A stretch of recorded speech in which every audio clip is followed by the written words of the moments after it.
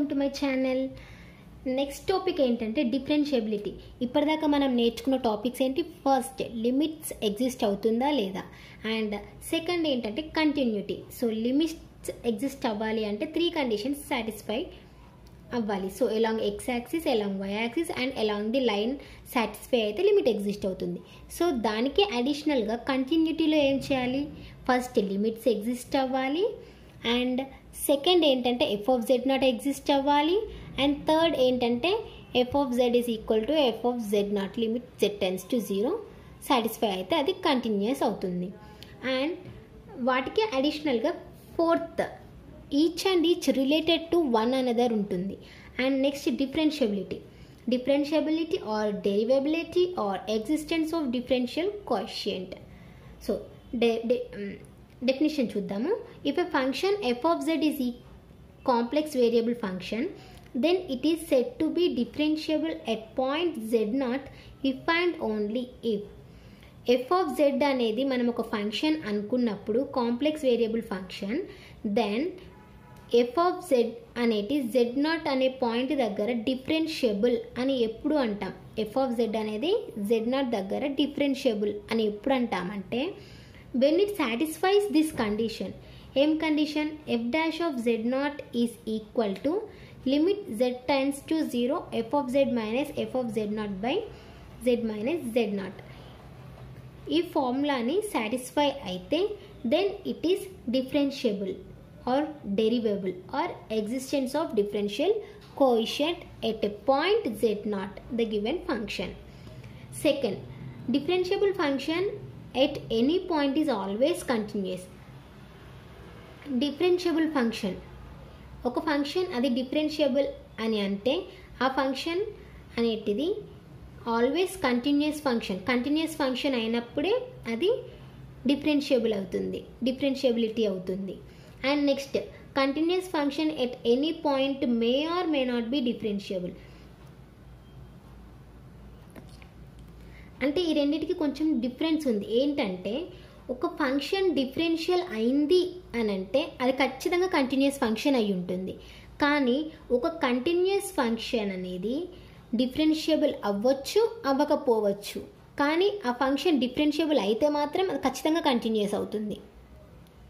అర్థమవుతుందా? See the function is, ఒక function continuous F of Z, and F of z అనే ఇంకొక function అనేది డిఫరెన్షియబుల్. సో ఇప్పుడు కంటిన్యూస్ అయిన ఫంక్షన్ డిఫరెన్షియబుల్ అవుతుందా అవ్వదా అన్నది ఆప్షనల్, అవ్వచ్చు అవ్వకపోవచ్చు. కానీ డిఫరెన్షియబుల్ అయిన ఫంక్షన్ మాత్రం ఖచ్చితంగా కంటిన్యూస్ అవుతుంది. ఎందుకంటే కంటిన్యూస్ అయిన తర్వాతనే మనం డిఫరెన్షియబుల్ చేస్తాం. సో డిఫరెన్షియబుల్ అయిన ప్రాబ్లం మాత్రం ఖచ్చితంగా కంటిన్యూస్ ఫంక్షన్ అది. సో ఇప్పుడు డిఫరెన్షియబిలిటీ పైన ఒక ప్రాబ్లం చూద్దాము. Show that the function f of z is equal to z complement is continuous at z is equal to 0 but not differentiable.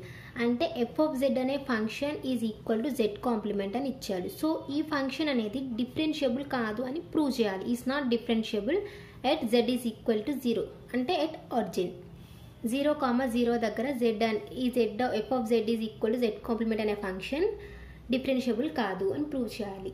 So let's move. According to the given question f of z is equal to z complement. So ఇప్పుడు f of z ఏమవుతుంది? z అంటే యాక్చువల్గా ఏంటిది? x plus i y. So z complement అంటే x minus i y. So f of z is equal to x minus i y మనకు వచ్చిన format. So step 1, differentiable or not అని prove చేయాలి అంటే ఫస్ట్ మనం ఏం చేయాలి? It is continuous or not అని తెలుసుకోవాలి. So first continuous or not అనేది చెక్ చేయాలి. కంటిన్యూస్ ఆర్ నాట్ అని చెక్ చేయాలంటే ఫస్ట్ లిమిట్స్ ఎగ్జిస్ట్ అవుతున్నాయా లేదో చూడాలి. Step 1, limit exist or not. Limits exist or not. So ఒకవేళ లిమిట్స్ ఎగ్జిస్ట్ అయితే కంటిన్యూస్ అయినప్పుడు డిఫరెన్షియబుల్ చేయాలి. So along y axis first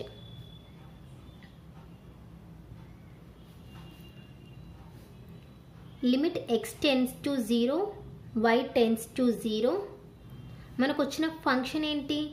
x minus iy. So limit y tends to 0, x ని 0 చేసేయాలి, 0 minus iy. Next ఏంటి, limit y tends to 0, ఇప్పుడు y ని 0 చేసేయాలి.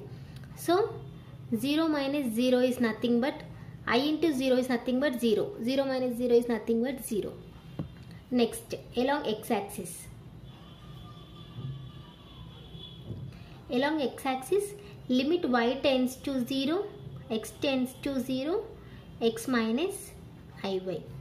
So, first ఇప్పుడు y tends to 0 చేయాలి, లిమిట్ y ని 0 చేసేయాలి, x minus i 0. So next limit x tends to 0 చేయాలి, 0 minus i 0. 0 minus 0 is nothing but 0. Next, along the line. Along the line, y is equal to mx. So, limit x tends to 0, y tends to 0 ఉండదు, ఎందుకంటే y is equal to mx చేస్తున్నాం కాబట్టి వచ్చిన function ఏంటి, x minus iy. So x minus i, y ప్లేస్లో mx. It tends to, limit x tends to 0, xని common తీయాలి, xని కామన్ తీస్తే ఏమొస్తుంది, 1.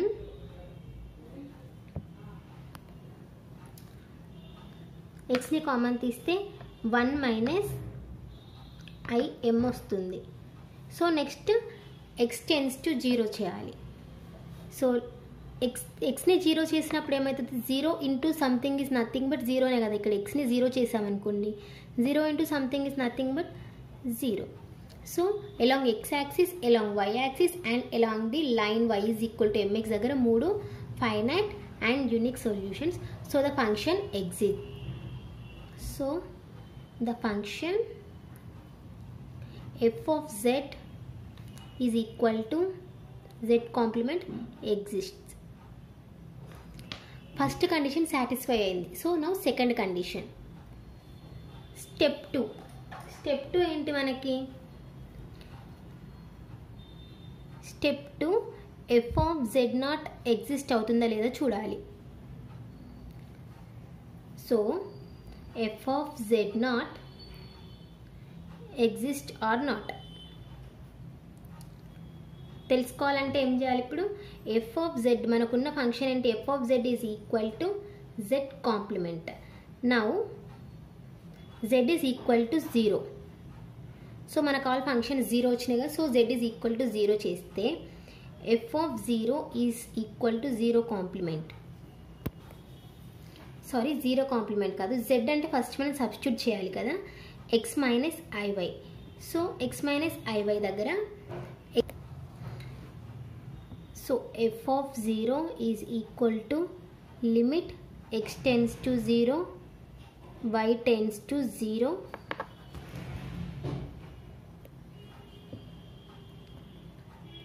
x and y రెండు 0 చేయాలి, 0 minus i 0. So 0 minus 0 is nothing but 0. So f of z not అనేది కూడా ఎగ్జిస్ట్ అయింది, 0 వచ్చింది. So it exist. Second step కూడా సాటిస్ఫై అయింది. Next third step. So step 3లో limit z tends to z నాట్, f of z is equal to f of z నాట్. మనకున్న ఫార్ములా ఇది. సో ఇందులో నెక్స్ట్ ఏం చేయాలంటే, లిమిట్ z టెన్స్ టు 0 అంటే z నాట్ is equal to 0, f of 0 is equal to f of 0. So f of 0 is nothing but 0. So third function కూడా satisfy అయింది. 0 ఎందుకు తీసుకున్నామంటే మనకు ప్రీవియస్లో 0నే వచ్చింది కదా z వాల్యూ. సో 0 అనేది సబ్స్టిట్యూట్ చేస్తే 0 వచ్చింది. నెక్స్ట్ ఏంటి, మనకి ఇక్కడ ఫంక్షన్ అనేది 3 స్టెప్స్ సాటిస్ఫై చేసింది అంటే it is continuous function. Continuous, it is continuous function. f of z is equal to z complement. So continuous అయింది. నెక్స్ట్ మనం చేయాల్సిన పని ఏంటిది, డిఫరెన్షియబుల్ ఆర్ నాట్ అనేది తెలుసుకోవాలి. సో డిఫరెన్షియబుల్ ఆర్ నాట్ తెలుసుకోవాలంటే మనకు డిఫరెన్షియబిలిటీ ఫార్ములా ఏంటి, f డాష్ ఆఫ్ z నాట్ is equal to limit z tends to z నాట్ f of z minus f of z0 by z minus z0. So here z0 is equal to 0. So f dash of 0 is equal to limit z tends to 0 f of z minus f of 0. z0 tends to 0 కాబట్టి 0 by z minus z0 is equal to 0. So మిగిలింది ఏంటి? f of z by z మిగిలింది. So limit z tends to 0 f of z by z అంటే f of z అనే function ఏంటి మనకి? f of z value z bar by z. f of z అంటే ఇచ్చిన function ఒక value z bar by z. So limit z tends to 0 z value ఏంటి? x plus i y, z bar x minus i y by z value x plus i y. So మనకు వచ్చిన function ఇది x minus i y by x plus i y. So ఇప్పుడు ఇది exist అవుతుందా లేదా చూడాలి. ఇప్పుడు ఇది ఎగ్జిస్ట్ అయింది అనుకో, వచ్చిన ఫంక్షన్ ఈ ఫార్ములాతో వచ్చిన ఫంక్షన్ ఎగ్జిస్ట్ అయితే ఇది differentiable at origin. This formula is only for to check the differentiability at origin 0,0. So first along y-axis limit x tends to 0 y tends to 0 x minus iy by x plus iy. So ఏమొస్తుంది? First x tends to 0 substitute చేయాలి. Limit y of 0 minus iy by 0 plus iy. So plus iy and minus iy get cancelled. no iy get cancelled and we will get -1 ఎందుకంటే -1 మిగులుతుంది కదా పైన. So -1 వస్తుంది మనకి. So next now along x-axis limit y tends to 0 x tends to 0 ఇచ్చిన function వచ్చిన function x minus iy by x plus iy. So limit x tends to 0. ఇప్పుడు yని 0 చేయాలి. x minus I into 0 is nothing but 0 by x plus I into 0 is nothing but 0. So x and x gets cancelled and we will get 1 answer. So ఇక్కడ -1 వచ్చింది, ఇక్కడ 1 వచ్చింది. And along the line చేయడానికి వీలు లేదు మనం, ఎందుకంటే already ఇక్కడ డిఫరెన్స్ వచ్చింది. ఇవి రెండు సేమ్ వస్తే along the line y is equal to mx చేయాలి. సో ఇక్కడ అలాంగ్ ది లైన్ చేయలేము, ఎందుకంటే ఇక్కడ వాల్యూస్ అనేవి ఫైనైట్ కాదు, యూనిక్ కాదు. So the function f of z is equal to z complement does not exist at the differentiable point. does not exist. So f of z function is not differentiable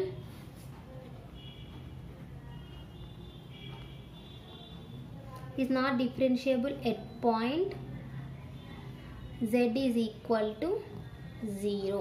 at origin దగ్గర satisfy అవ్వలేదు. So మనం ఇప్పుడు ఏం చేసాము? వాళ్ళు అడిగిన question ఏంటి? వాళ్ళు అడిగిన క్వశ్చన్ కూడా అదే, show that the function f of z is equal to z complement is continuous at z0 is equal to 0. ఇది కంటిన్యూస్ అయింది ఫంక్షన్. కంటిన్యూస్ తర్వాత డిఫరెన్షియబిలిటీ చేస్తే డిఫరెన్షియబుల్ అవ్వలేదు, but not differentiable. So prove చేసాం, hence proved. So thank you friends, thank you for watching this video. ఈ video మీకు అర్థమైందని నేను అనుకుంటున్నాను. I'm hoping that you all have understood this video. So నా వీడియోస్ కనుక మీకు నచ్చుతున్నట్లయితే నా వీడియోస్ని లైక్ చేయండి, షేర్ చేయండి, అండ్ నా ఛానల్ని సబ్స్క్రైబ్ చేయండి. And please keep supporting me for more videos. Thank you.